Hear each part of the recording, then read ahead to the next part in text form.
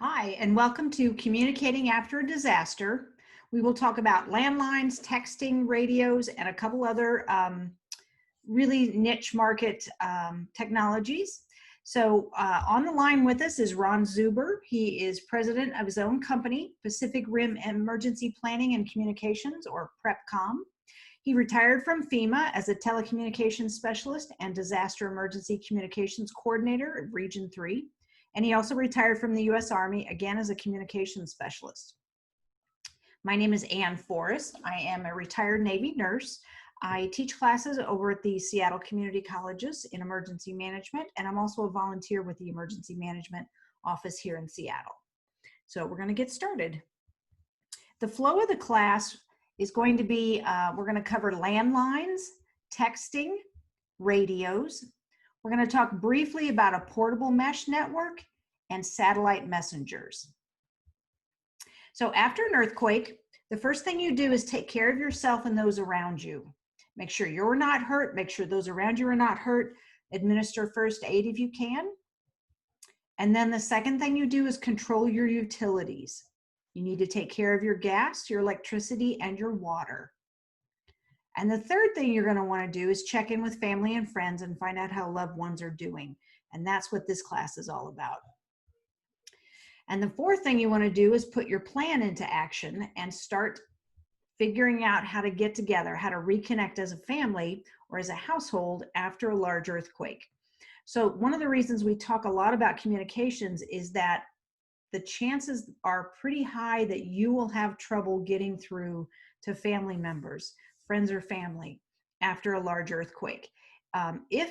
If the systems aren't destroyed, so even if the infrastructure is up and working, it will be overwhelmed quickly because everyone is going to do the same thing. They're all going to jump on their phones or pick up a phone and they're going to try and call loved ones and see how everyone's doing. So the systems are going to get overwhelmed really quick. And that's if they're working. So you need to make sure that your plan includes the way to get back together as a family unit, because you might not be able to check in with family and friends. You can't create this plan on the fly. You can't decide where to meet after an earthquake. Who's going to pick up the child? Who's going to pick up the dog? Who's going to go check on the elderly mother-in-law? You can't decide that after an earthquake. There's just not enough time and you're going to be too shaken up. You need to figure that out ahead of time. And that way, if you can't, for some reason, can't communicate, then at least you have an idea of what your plan is going to be and you can start moving forward instead of being catatonic and trying to figure out what to do after a big earthquake. So that's why we talk so much about communications. So making contact, we're going to talk about landlines. So very, very few phone lines anymore here in the Seattle area are what we call copper or POTS, plain old telephone system. Copper lines mean that from your phone to the phone company, there is a copper wire and there is no break in that line. Those are very, very rare. Like I said, anywhere from 10% to 1% of the phones here in Seattle are going to, might be the copper line. And that's the kind of phone that would continue working even after a disaster.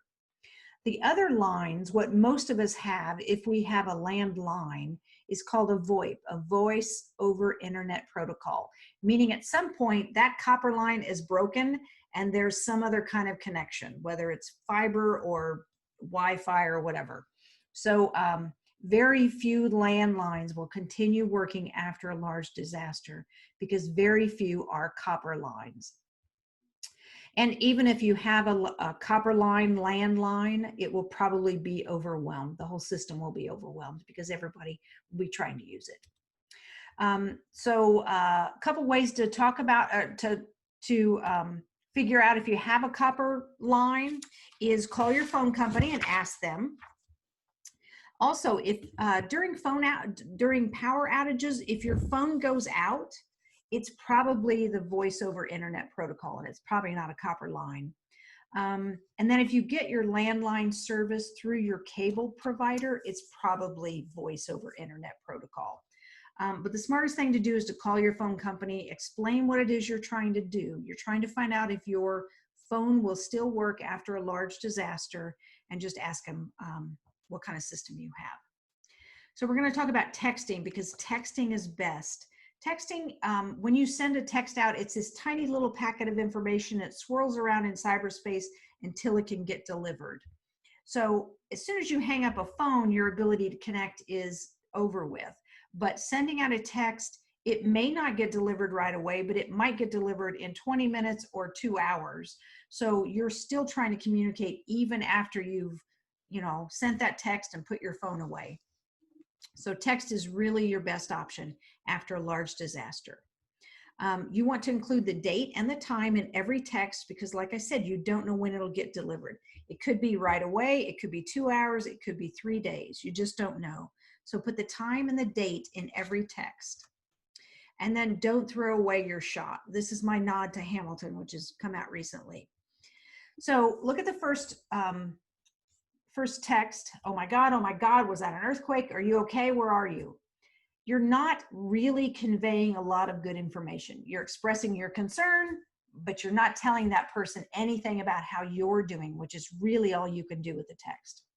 So the bottom one, Thursday, 3:15 p.m., shaken but not hurt, leaving work, walking to the school to get Ben, see you at the house. A lot more information is in there. That's the kind of text you want to send. Something that's going to tell your family how you're doing.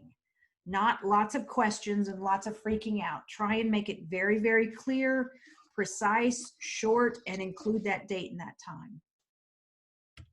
So the other thing you want to do besides texting your local family and friends on the ground here in Seattle or relatively close, is you want to find an out-of-town contact. And that person needs to be Spokane or further east. You don't want somebody north of us. You don't want somebody south of us. You do not want somebody on the West Coast. You want Spokane or further east. So 250 miles or further. And you want to tell them what to do, because what you're going to do is you're going to text your family members or your household members. You're going to tell everybody how you're doing, the date and the time, and kind of what your plan is. You're going to tell your out-of-town contact that same information. Because sometimes you can get a text out of the city and back into the city easier than you can across the city. So maybe my partner is 3 miles away. I may have an easier time getting a text to my mother-in-law in Las Vegas than getting a text to my partner. So my mother-in-law in Las Vegas turns around and forwards my message back down to the ground, back down to my family members here. So they just act as a relay. They just forward the messages back and forth to keep all of us in contact. So my mother-in-law knows what to do. If she starts getting these crazy texts, she knows that her job is just to forward them back down to the other family members. And then my mother-in-law also has a list of things I want her to do. She's supposed to call my parents. I want them to know right away that Anne and the rest of the family is okay. I also want her to post on social media that she has heard from me and the rest of my family and that we're doing okay. So I've given her a list of people to contact and social media outlets I want her to put information on. So get your out-of-town contact person to do things for you, whatever makes sense for your situation, but they will be more than happy to help. So that's your out-of-town contact, and that's what they do for you. So remember to designate an out-of-town contact person, tell them what you want them to do, and then also make multiple copies of important phone numbers, because if your phone drops during an earthquake, you need to get those phone numbers because you might be able to use someone else's cell phone to text. So write down those important phone numbers so that they're not lost inside your phone. Include your out-of-town contact phone numbers, and then put a copy of those phone numbers everywhere. You can't have too many. Ours are on a little 3x5 card. They're in plastic bags and they are tucked everywhere. Our cars, our commuter bags, purses, wallets, the desk drawer at work, locker, my son's locker, his backpack, all kinds of places. And then also sit down with the folks in your household and talk about, on an average day, a Thursday afternoon, a Tuesday morning, whatever's average for you, if an earthquake struck then, how would you all reconnect? Where are you going to meet up? Maybe it's your house, maybe it's not. Maybe it's someone else's house. but talk about that now. So if you can't communicate after a disaster, you at least have some idea of how your family members are going to get back after a disaster. So that's it for me. I'm going to turn it over to Ron Zuber, who's going to talk about radios. Ron, I'm going to stop sharing.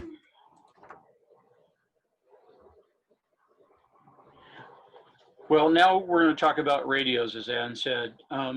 Why do we have radios in emergency situations?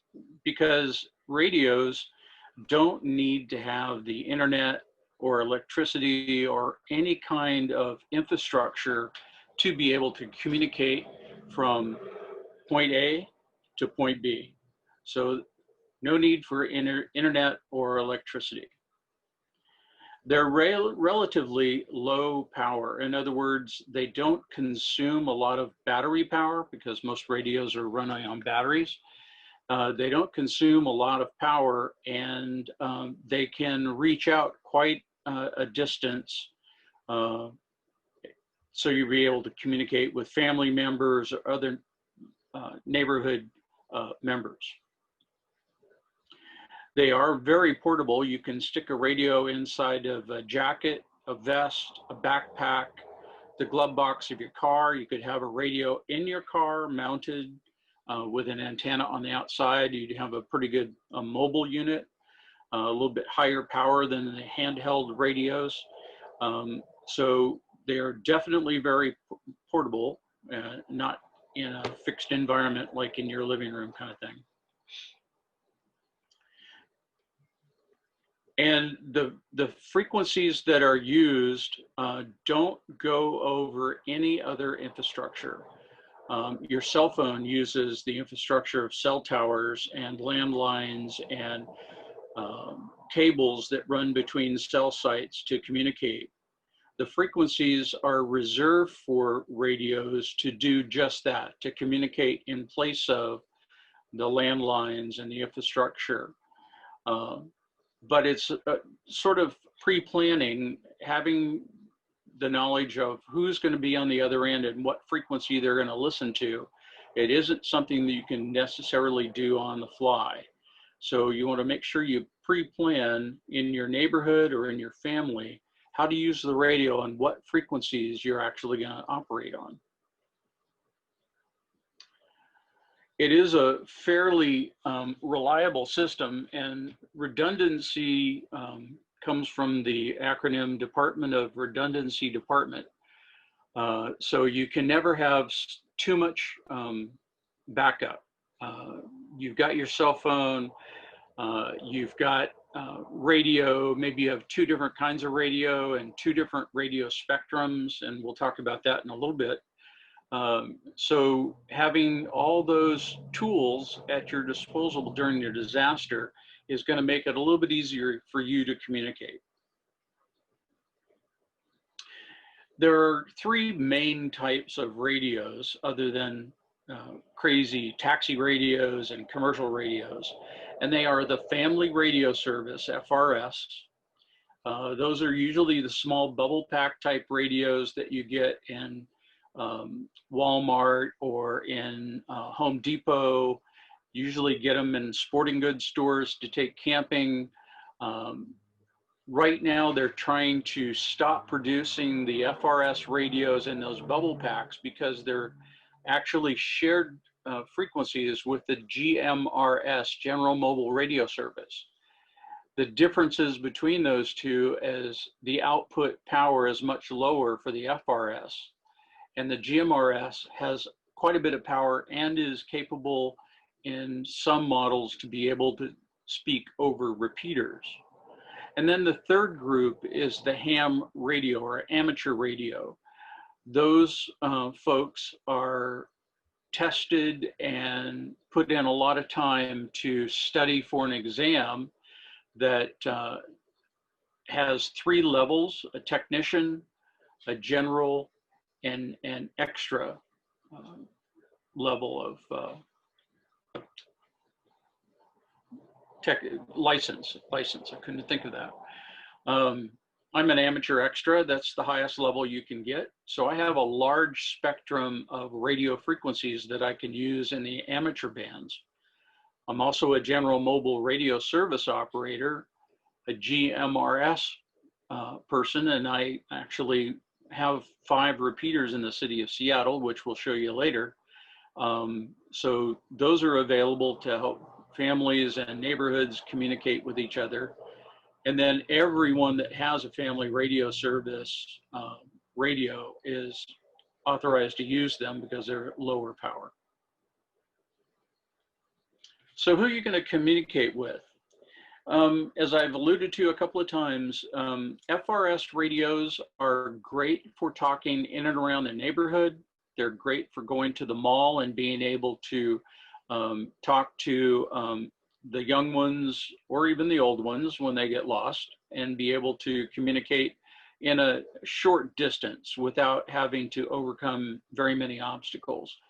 Line of sight, whether it's a block, 2 blocks, 3 blocks, or maybe a half mile out into a lake if you want to talk to someone in a boat from your family that's canoeing, let's say. If you want to talk a little bit farther, then GMRS is the spectrum that you want to concentrate on.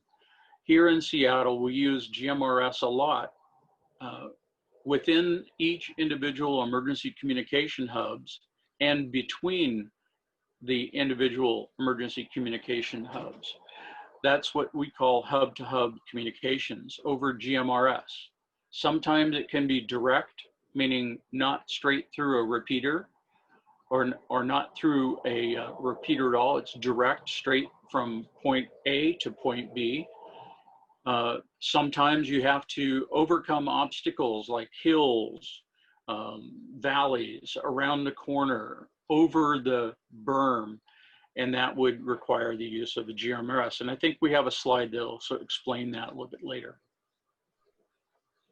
And if you want to get a little bit farther, maybe in between cities, then ham radio is something that you should consider in your toolbox.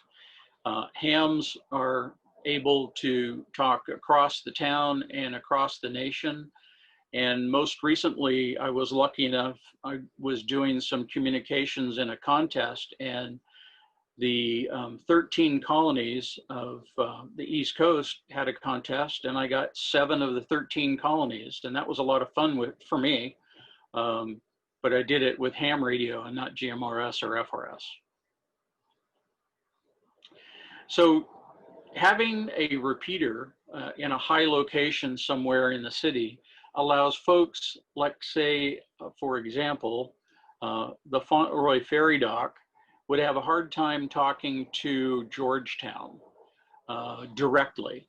So what we've done is we set up a repeater on top of Myrtle Reservoir, and that repeater allows now the Fauntleroy Ferry Dock to be able to talk to Georgetown without any interruption, but their radios have to be able to operate on the repeater. So what happens is the difference between that direct communications is the figure on the left transmit at a certain frequency that is higher than the frequency that is transmitted by the person on the right. The person on the right hears that higher frequency on a lower frequency because the repeater up at the top changes from the input high frequency into the output low frequency automatically without anybody doing anything, and allows the 2 people to talk.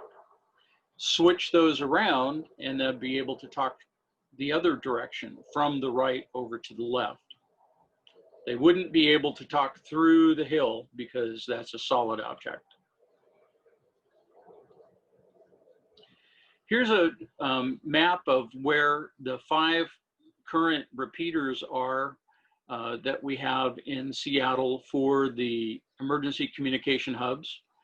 Down in the lower left is channels 1 and 8. We go by channels, not frequencies, because people have a hard time remembering 462, 467.625.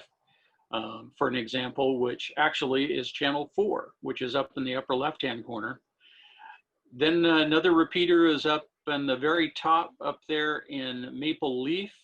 And then the last one I'll mention is the Beacon Hill repeater, just a little bit north of the VA hospital on Beacon Hill at a Seattle Housing Authority building about 100 feet up off the ridge there. So they're all pretty high in height, so it makes it kind of neat. Here's a quick radio comparison that Ann put together, and I think it's a great tool.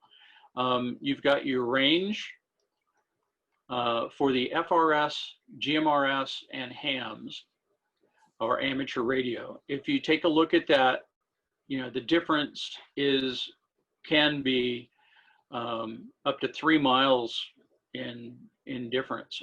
You might get more out of an FRS, maybe, but most likely I'd say you might get maybe 3 blocks in the city with all the houses and trees and stuff. GMRS a little bit farther because it's higher power, and ham quite a bit more power.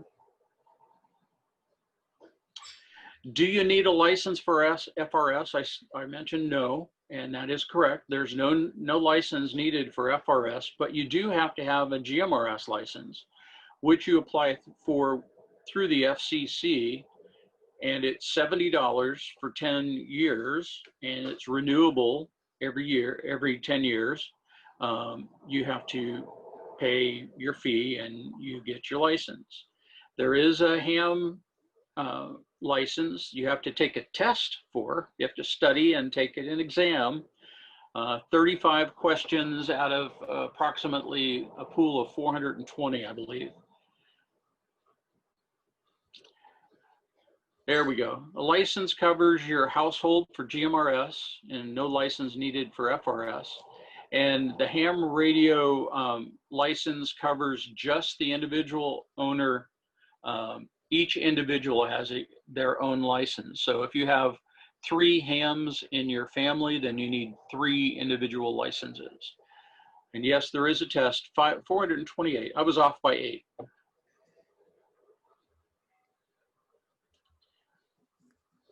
You can get hamstrung a little bit because the only thing you can use FRS and GMRS for is voice.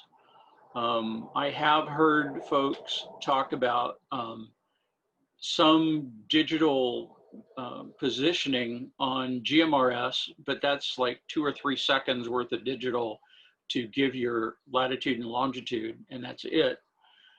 So for all intents and purposes, no digital on GMRS. But ham, you can do a lot of cool things. You can do voice. I love the digital part. And you can do what's called slow scan TV, and that's pretty cool. The cost of the license, as I mentioned before, $70 for 10 years. And then that's for the GMRS, and ham license is $15 to take the test. And as long as you keep renewing it, it's free. The radios, that can become a disease. I don't know if you can see off to my, this side over here. I have more radios than anyone should ever have. But you can always have radios. They're everywhere. The important thing is you do it in moderation, everything in moderation. The radios are fairly inexpensive for handheld. Once you start going into mobile radios, it starts getting a little bit more expensive, and the accoutrements like power supplies and things like that. So just looking at this quick, this one handheld radio here, this is about 60 bucks. And I'm looking, I don't have within reach a ham radio that's 45, but a Baofeng fits that mode. They're pretty inexpensive Baofeng radios. So let's do a few frequently asked questions. We've done this before, so we're going to talk now about which radio is better. And I think Ann and I added one at the end, and this is probably where we should probably cover this radio. And this is a BTEC GMRS V1. We both got them. They're great radios. They're very inexpensive, 60 bucks. They're pretty durable. They're kid-proof for the most part. Anne's holding up, if you can see it, the GMRS user's manual, which comes in the box. You get a nice antenna, a detachable battery that you can set in a charger, which I can take the battery off maybe. There we go. There's the battery. It's pretty slim and trim. It lasts in monitor about, I'd say 6 or 7 hours just monitoring, but if you are transmitting a lot, it's going to use up some of the battery power and not last as long.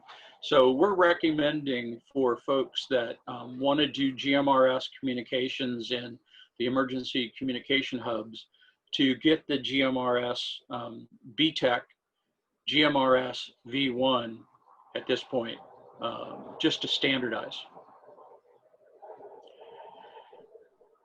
If you wanted to talk to someone, let's say in Renton on a GMRS radio, there's two possibilities.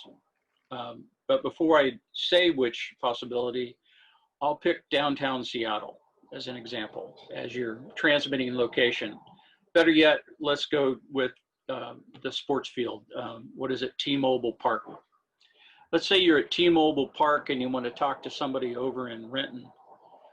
If you know your geography, you know that between T-Mobile Park and Renton, there's a little hill called Beacon Hill. So, because you also know from a slide that I already shown that there's a repeater on Beacon Hill, so you would tune your radio to channel 2 and be able to communicate with Renton on channel 2 if they were monitoring.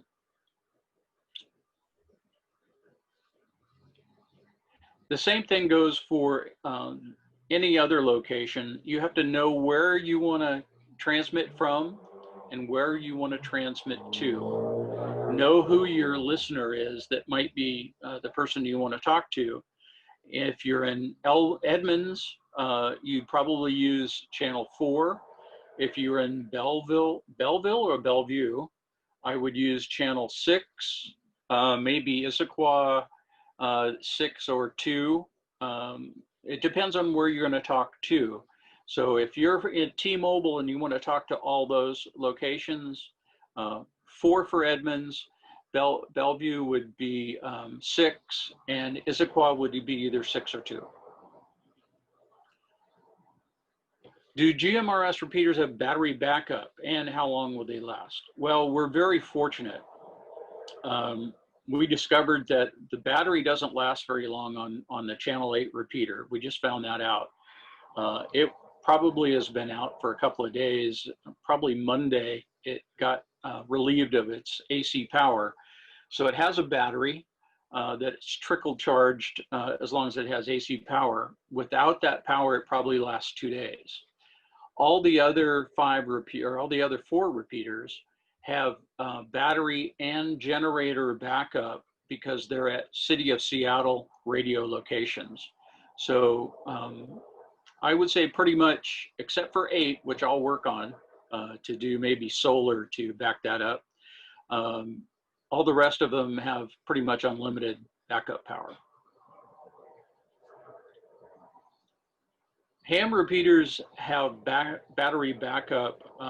Yes, absolutely. Usually ham repeaters have a bank of batteries, probably equating to about 6 or 8 car batteries all in parallel. So it only uses a little bit out of each one to power up that radio. But yes, ham radios do have battery backup, and they last a really long time. Some of them have solar backup to that. And if they're using a lower power because they're at higher location, then they will last quite a bit longer. So give or take, I'd say 3 days without any kind of external resource.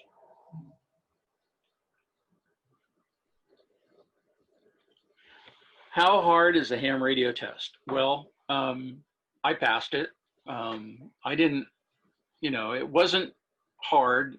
When I took my technician class license, it was on a weekend class. We started on Friday evening, then went through the entire Saturday, and then Sunday morning, we did the final wrap up and tested Sunday afternoon. And I'm proud to say that I passed my technician license, as did my significant other.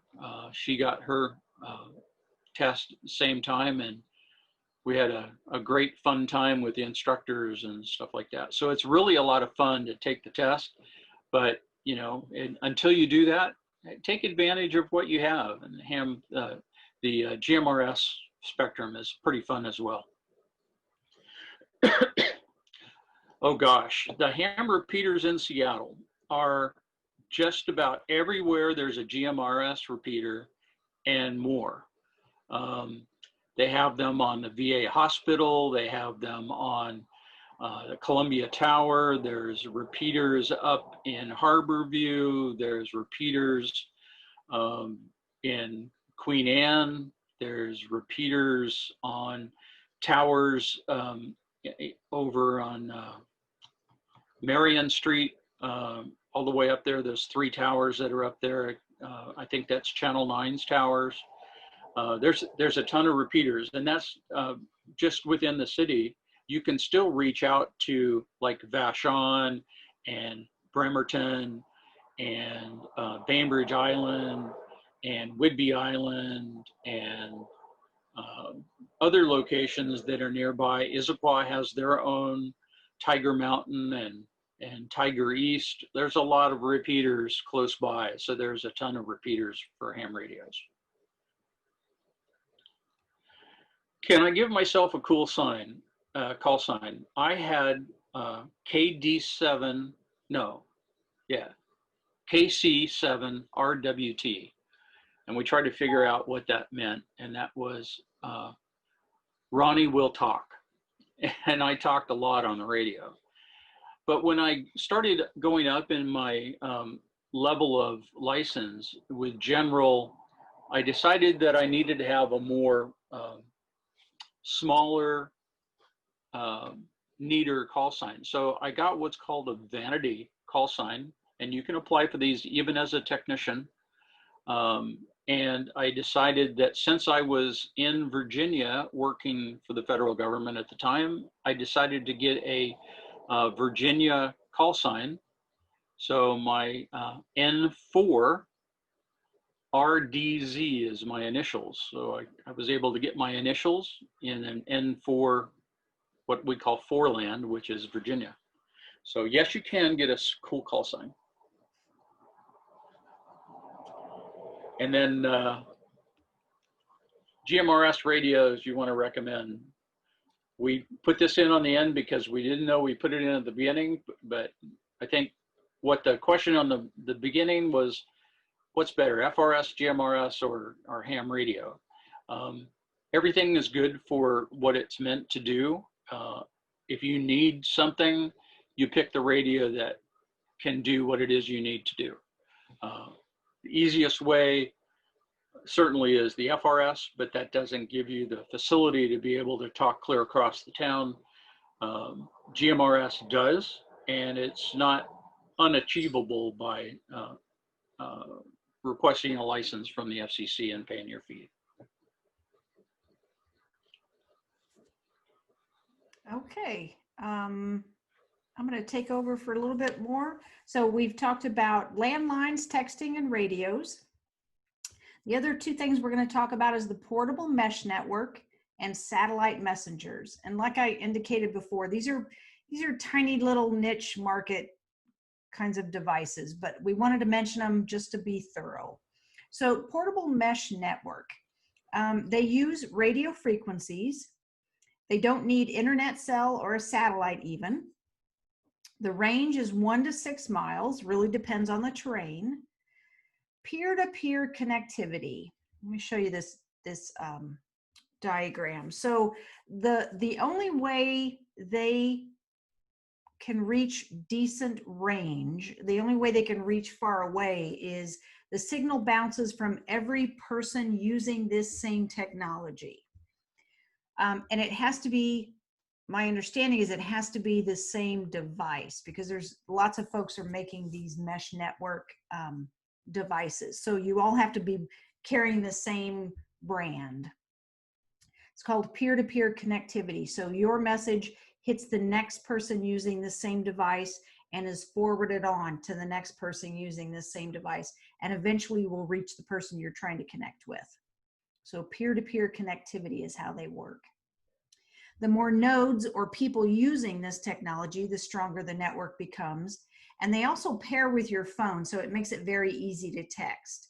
And I'll show you some pictures, actually just one picture. So if you're gonna, I would say if you're gonna invest in this kind of technology, I would go with this brand. It's been around for a while. There's some pretty impressive names behind it. The gentleman that used to run FEMA is now part owner or on the board or something of GoTenna. So I think if any of these startup companies are going to do well, it's probably going to be this one. It's not super expensive. They're about $180 a pair.